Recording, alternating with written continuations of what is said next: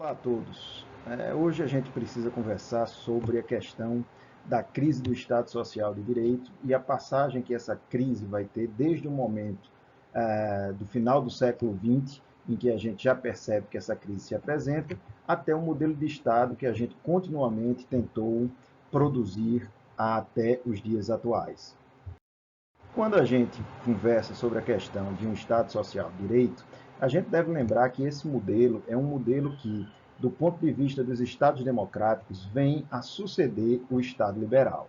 Ou seja, a gente sai daquele modelo que encontrávamos ali pelo século XVIII do Estado liberal, que vai sofrer uma série de dificuldades, em especial ligados à chamada questão social, e que depois de um enfrentamento de diversos modelos e matizes autoritários, terminará por se realizar num Estado democrático de direito material, que a gente denomina de Estado Social de Direito.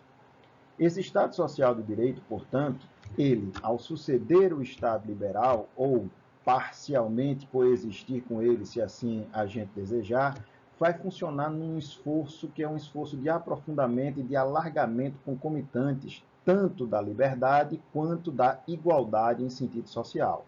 Ou seja, o que se deseja é que haja uma verdadeira integração política de todas as classes sociais dentro daquele Estado. O Estado Social de Direito, portanto, é aquele Estado que normalmente a gente conversa como sendo o chamado Estado de bem-estar social.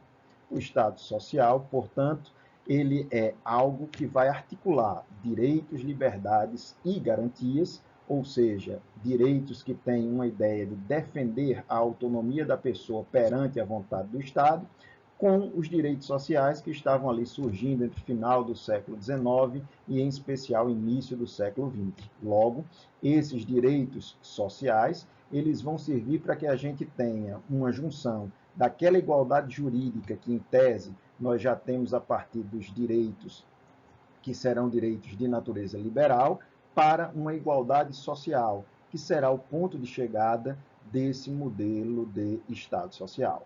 Quando a gente fala nessa lógica, a gente deve perceber que nós estamos saindo do que era aquele modelo liberal clássico, de uma democracia própria do século XVIII, para os desafios que vão ser gerados em relação à democracia, em especial no século XX, por força do cenário das grandes guerras mundiais. Se a gente pensa nisso ali pelo final do que é o próprio século XX, a gente tem que considerar algumas situações ligadas à crise que esse Estado Social de Direito ele vai entrar.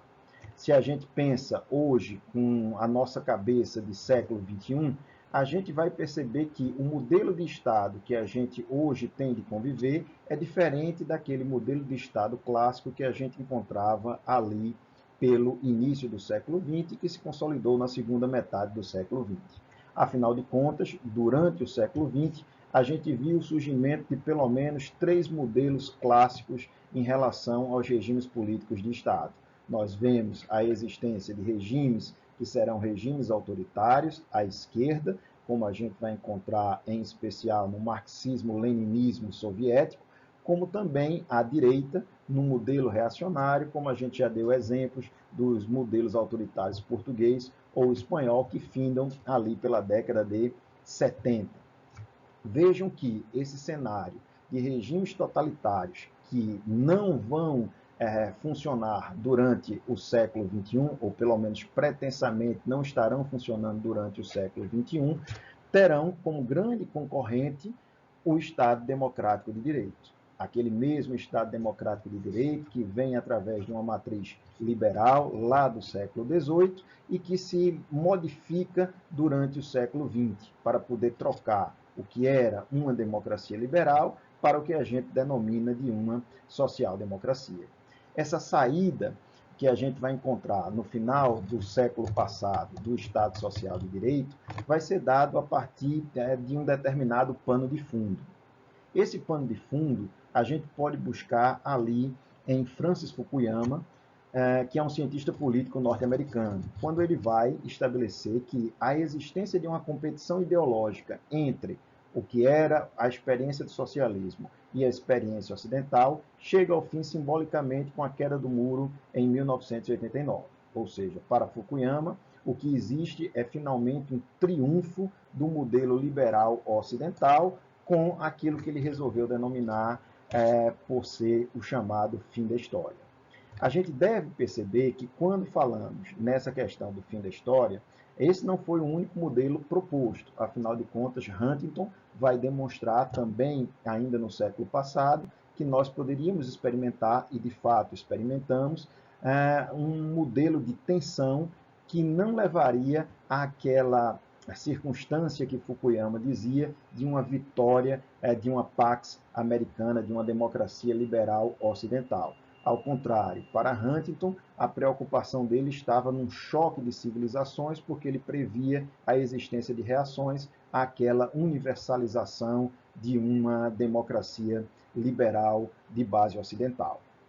É por isso que quando a gente olha para o final do século passado, em especial para a década de 90, a gente vai perceber que nós estávamos perante um momento mundial em que nós não tínhamos grandes tensões políticas que pudessem ser levadas como uma disputa entre os Estados. Quando a gente passa por esse momento da década de 90, a gente tem a impressão de que finalmente a ideia de uma paz mundial iria prevalecer.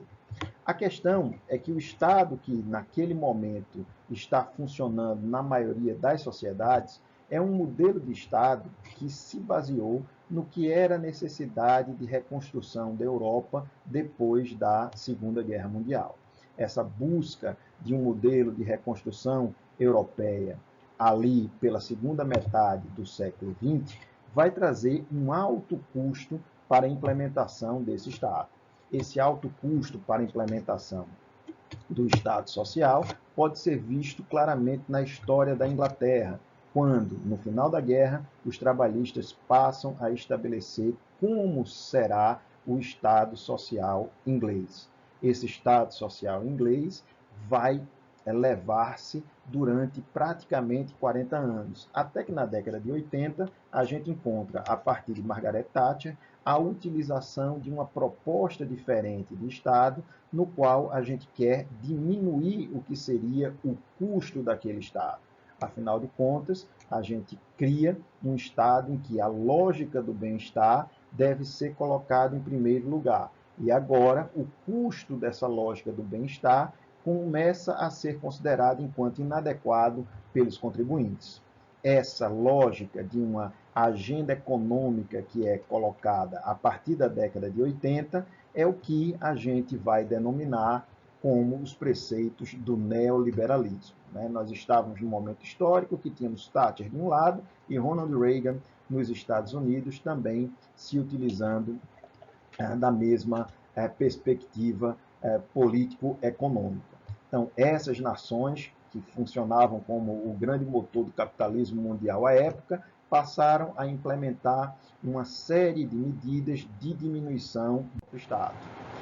Quando a gente percebe que essa crise já estava ali sintomaticamente verificada no final do século XX, ou seja, as causas ideológicas, as causas financeiras, as causas administrativas e as causas comerciais, para utilizar a classificação de Jorge Miranda, já estão plenamente verificadas ali pela década de 80. Nós já vamos ter o refluxo das ideias socialistas no campo ideológico, nós teremos o problema dos custos dos serviços públicos para as populações, nós estaremos com um grande peso da burocracia e da corrupção, do ponto de vista administrativo, e estaremos vivendo aquele momento de intensificação da globalização, o que leva à quebra de competitividade de uma série de estados.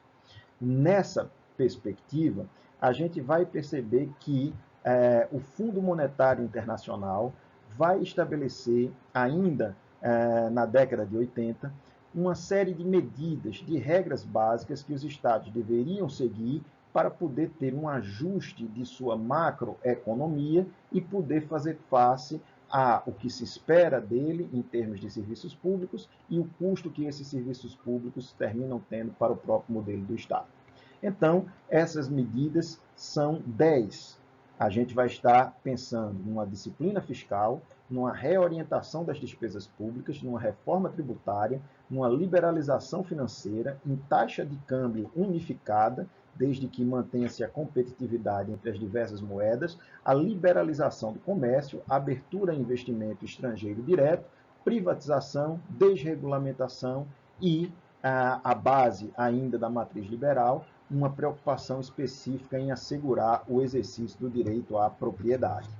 Vejam que quando a gente coloca esse modelo de Estado social, que vai ter que se adequar a essa realidade do consenso de Washington, nós perceberemos que a tese que deve funcionar é que nós vamos reformar esse Estado para que ele possa finalmente ser bom naquilo que ele se propôs a ser, ou seja, um Estado que se preocupa com os direitos fundamentais, um Estado que talvez mais precisamente deva concretizar, fazer com que os direitos fundamentais saiam apenas da letra de cláusulas normativas e consigam atingir a realidade das pessoas.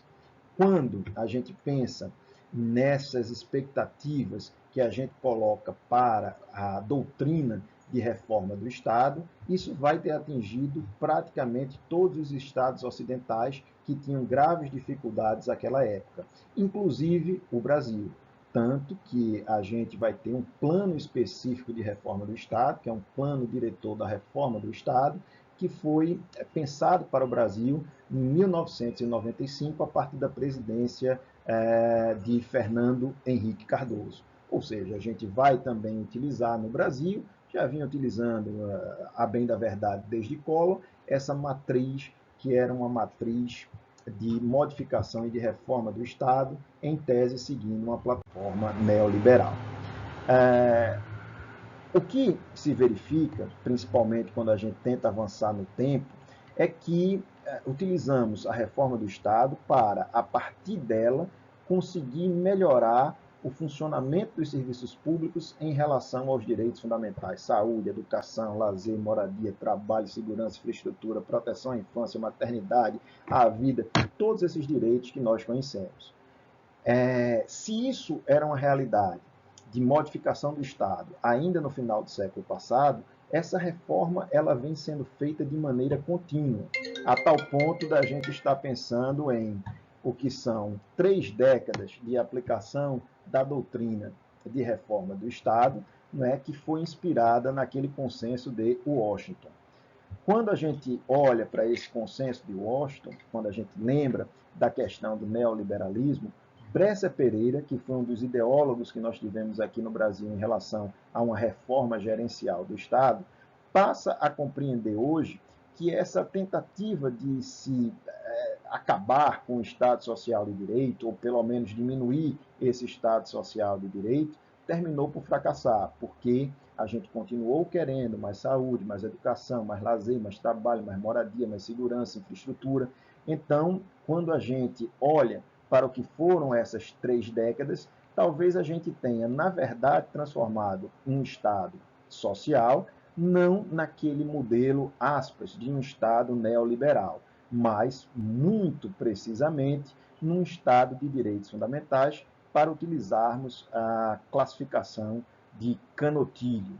Esse Estado de direitos fundamentais, ele, portanto, se preocupa com a efetivação dos direitos fundamentais. Se ele se preocupa com a efetivação dos direitos fundamentais, a gente vai ter que raciocinar que essa implementação dos direitos é um dever dos próprios poderes públicos. Se existe uma série de direitos que o Estado diz que vai caracterizar e que vai, para ser correto, concretizar, nós vamos ter o correspondente dever fundamental desses próprios poderes públicos.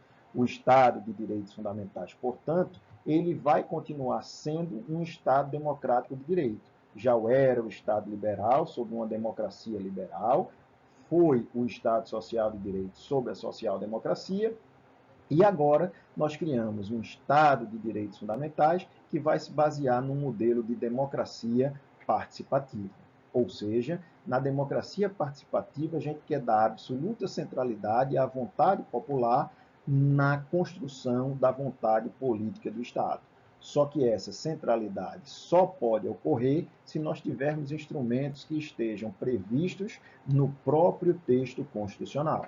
Se olhássemos aqui para o Brasil, nós estaríamos pensando no que vem descrito no parágrafo único do artigo 1º da Constituição. Todo poder emana do povo, que o exerce por meio de representantes eleitos, ou seja, a democracia indireta, a democracia representativa, ou então, por exceção, de maneira direta, conforme a Constituição determine. Vejam, essa determinação é uma determinação da existência de canais formais que a gente utilize para que o povo possa finalmente gerar uma vontade política do Estado. Falamos, em especial, no que é o exercício direto dessa vontade popular através do plebiscito, do referendo ou da iniciativa popular de leis.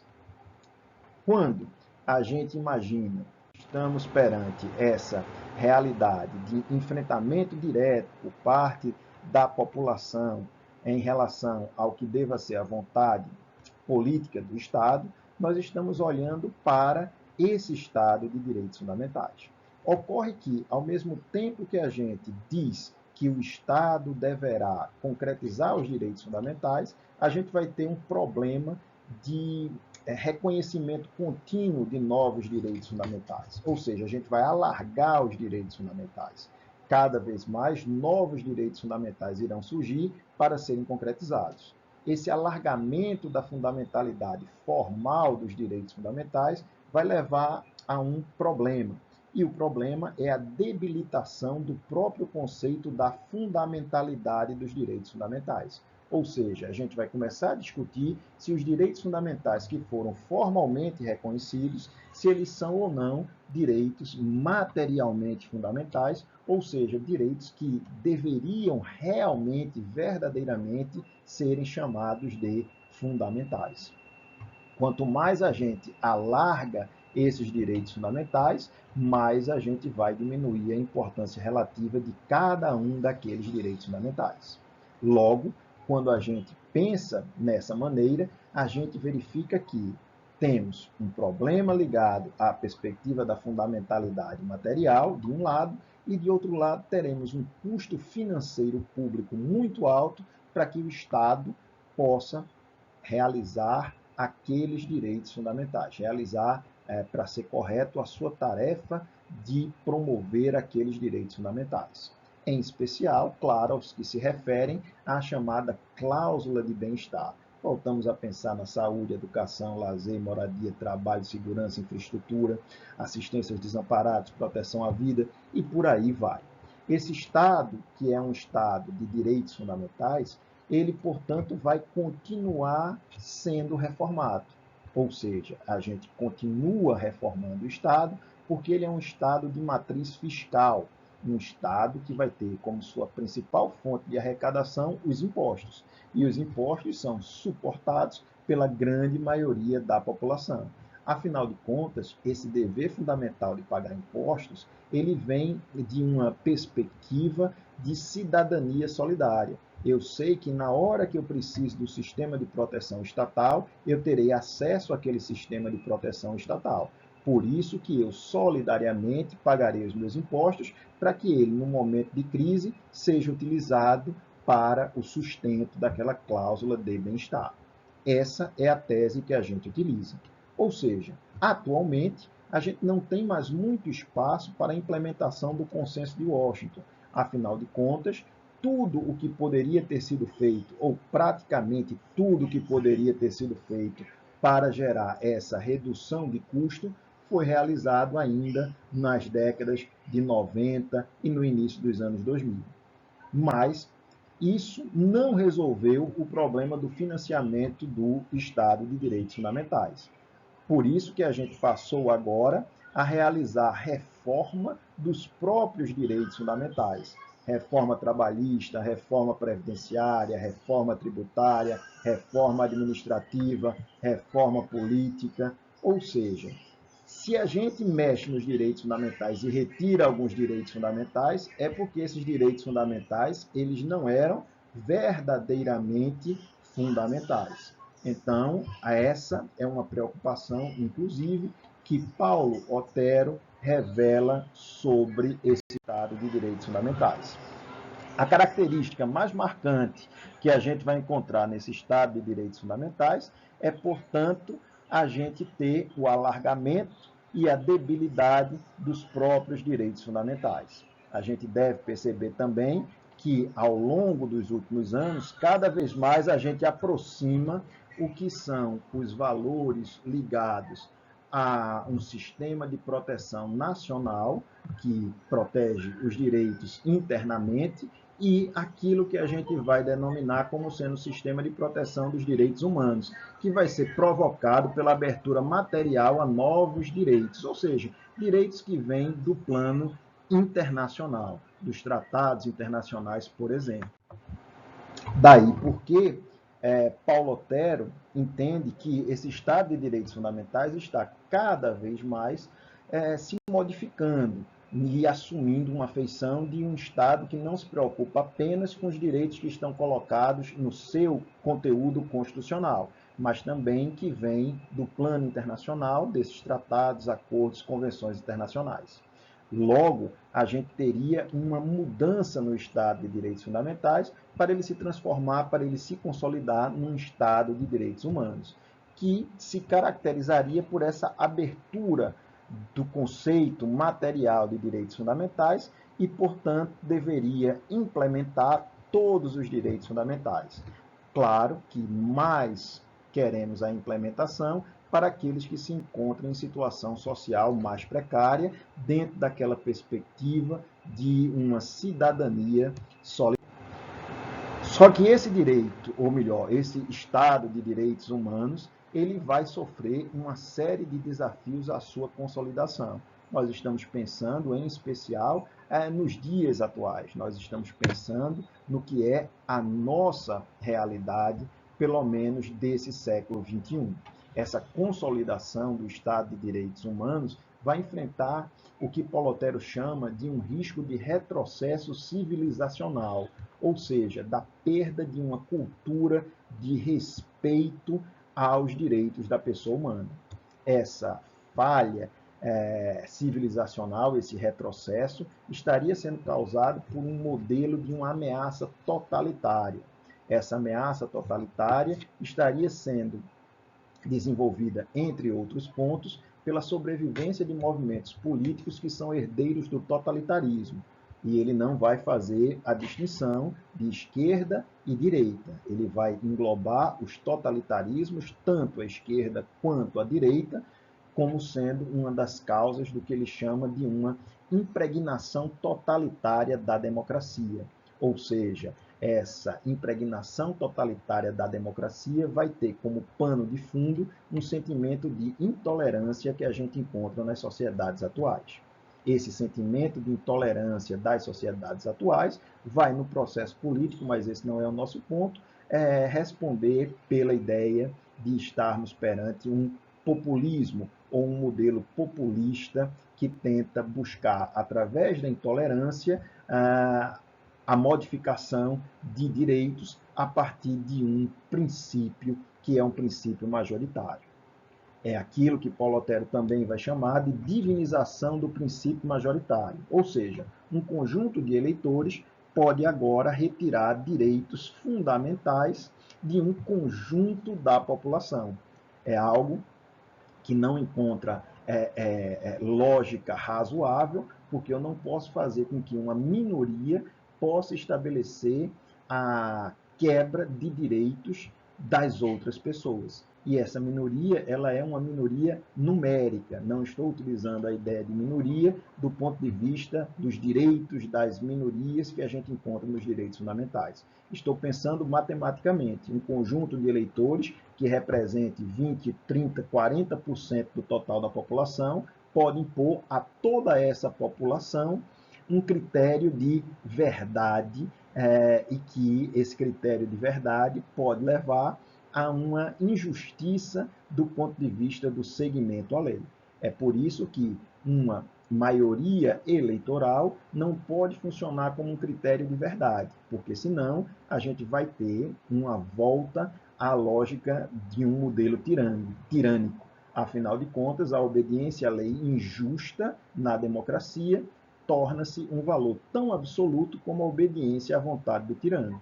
E isso não pode ocorrer num Estado democrático de direito.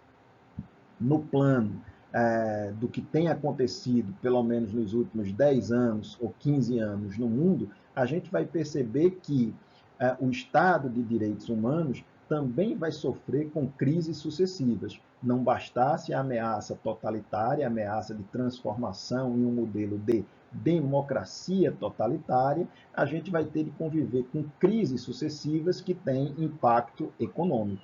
Essas crises sucessivas, elas ocorrem praticamente a cada 10 anos. Né? Se a gente pensar na crise financeira americana de 2008 e atualmente, embora a causa seja radicalmente diferente, nos efeitos que a pandemia da Covid-19, do novo coronavírus, que atingiu praticamente todos os países, pode levar. Vejam, em 2008 a situação era completamente diferente da situação que nós temos em 2020, principalmente porque àquela altura o que acontecia era uma crise financeira. Hoje o que nós temos é uma crise de saúde pública que terá inevitavelmente impactos na lógica econômico-financeira, em especial dos estados mais fracos. O fato é, se em 2008 a gente tomou medidas para a superação da crise, essas medidas não foram através de ações estruturantes, ou seja, o que se tentou fazer foi estabelecer plano de austeridade para preservar as soberanias europeias, as soberanias mundiais, de qualquer ataque especulativo ao seu mercado financeiro. Então, nessa realidade de 2008, a justificativa era de que quanto maiores fossem os cortes orçamentários, maior seria a proteção que nós teríamos em face às ações especulativas dos mercados financeiros, porque existiria uma crença de que haveria dinheiro naquele Estado para pagar os ganhos do mercado financeiro. Vejam que essa realidade de 2008, que impacta o Estado de Direitos Humanos, também vai impactar toda a reação que a gente tem a partir de então às crises econômicas que ocorrem. Vejam que quando a gente pensa no momento atual, quando a gente vai para esse modelo de uma crise, que é, portanto, uma crise de saúde pública, a gente se preocupa em ter uma resposta que seja uma resposta diferente daquela que foi dada em 2008. Afinal de contas, o problema em 2008 era uma crise de natureza financeira. O problema em 2020 é uma crise de natureza de saúde pública. Por isso que, quando a gente olha os conjuntos de ações que vêm sendo anunciados pelos diversos estados no mundo para tentar resolver as consequências econômicas da crise de saúde pública, basicamente, em todas as circunstâncias, o que há é a necessidade de reestruturar a capacidade institucional de intervenção do Estado na economia, para que ele possa, de novo, gerar os efeitos daquela cláusula de bem-estar que até agora a gente não vai querer abrir mão. Então, isso aconteceu nos Estados Unidos e vocês acompanharam a questão do Senado norte-americano, do Congresso norte-americano, fechar um acordo com o governo para injetar 2 trilhões de dólares na economia norte-americana, incluindo, inclusive, o envio de cheques para as pessoas mais vulneráveis e cheques em valor superior a $1.000. No Reino Unido, a gente também vai encontrar um pacote de empréstimos garantidos pelo governo na casa de 400 bilhões de dólares, além de outras ações que também estão sendo anunciadas, em especial para conseguir fazer com que as pessoas suportem 3 meses, porque boa parte da população terá dificuldades financeiras. Por isso que também, quando a gente olha para a Espanha também vai financiar os efeitos dessa crise econômica gerada pela pandemia, e isso que o Estado espanhol deseja fazer vai recorrer a moratória sobre pagamentos de hipoteca, a ajuda financeira aos trabalhadores independentes, às empresas que vão ter graves perdas, inclusive e principalmente às empresas de menor porte. Na França, o plano econômico vai no mesmo sentido, ou seja, entrega imediata de recursos a trabalhadores e empresas. Na Itália, apesar de no início ter existido alguma reação do governo italiano, terminou também chegando à mesma conclusão, ou seja, os trabalhadores autônomos afetados, os desempregados, eles devem ter algum apoio específico do governo. O dinheiro vai ter que chegar à ponta para que essas pessoas possam, mesmo sem trabalhar, continuar cuidando de seus filhos, continuar tendo o mínimo de dignidade na sua existência. E até mesmo a Alemanha, que normalmente é de todos os países europeus que exige disciplina orçamentária como sendo a base do seu modelo de sucesso, já está contemplando nos seus planos de enfrentamento a concessão de crédito ilimitado às empresas por meio de garantias bancárias públicas, ou seja, se quer evitar a falência daquelas empresas. E também quer garantir financiamento público para os empregadores que precisem reduzir o número de horas que seus funcionários trabalham, afinal de contas a queda de produção ela vai ocorrer. Vejam que tudo isso é para prestar auxílio nesse momento de dificuldade. Afinal de contas, o que se tem compreendido é que atualmente é necessário que nós façamos essa mudança na percepção do modo que o Estado deve reagir a essas crises, em especial uma crise que não é de natureza econômico-financeira como a que a gente vive hoje. Afinal de contas, se nós estamos perante um modelo de um Estado fiscal que vai ter a base de sustentação nos impostos, e se o dever de pagar impostos é gerado por uma lógica de cidadania solidária, e se o que nós estamos querendo criar é um Estado de direitos humanos que, portanto, concretize direitos fundamentais, em algum momento, esses dinheiros dos impostos terão de ser utilizados para que haja um enfrentamento às crises. Mas tudo isso passa por decisões que são decisões políticas de cada um dos executivos dos estados. Ou seja, é uma decisão que é uma decisão de governo. É o governo que vai ter que definir como enfrentar as crises. Os exemplos dos Estados Unidos e da Europa podem ser utilizados para que a gente compreenda como o mundo tem enfrentado esses desafios ligados à pandemia da Covid-21, que agora são novos desafios à implementação, à consolidação do Estado de Direitos Humanos.